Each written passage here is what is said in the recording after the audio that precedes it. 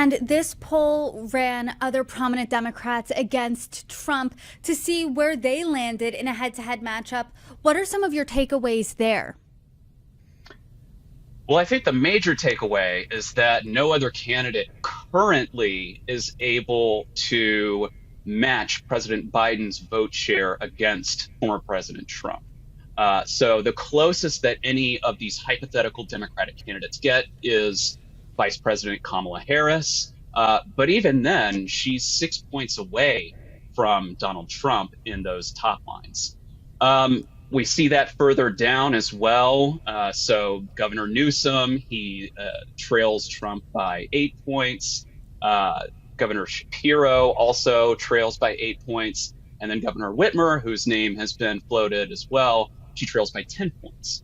So, I think that at least on the face of it, right now, if folks are going to the polls and they were voting on one of these candidates, then President Trump would be at an extreme advantage against these candidates. However, these candidates have not necessarily benefited from the same media coverage, from the fact that they are a sitting president, or from any of the ad spending that the Biden campaign and President Biden himself enjoys right now. So that's all to say, some of the support might be muted. If something were to change, if one of these candidates did in fact become the Democratic nominee for president, I think that this would tighten some. And I think that there's probably more upside to certain candidates than there are others. And we can see that in this poll.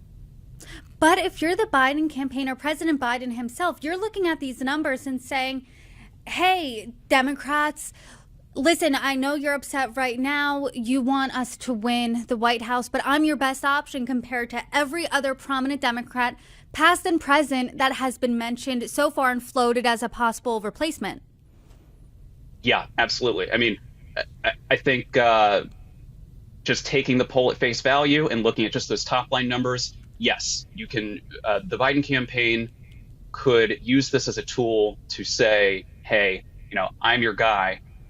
But when you consider some of these other candidates who don't have the same name exposure, who aren't necessarily known outside of their state or region, and you start to look at some of that undecided vote. So Governor Shapiro, for instance, he has the highest undecided vote of all of these candidates. But that's a vote that isn't going to Donald Trump. So, the same cannot be said for candidates in this poll like former Secretary of State Hillary Clinton. Folks know who she is, by and large. There are new voters out there who don't necessarily have a formed opinion of her, but she obviously moves some folks towards the Trump camp. But that can't be said for some of these other more blank slate candidates, if we want to call them that. So, yeah, I think that is one way to spin the results, and the Biden campaign would be correct in reporting it that way, I suppose. But there are other ways to report this as well.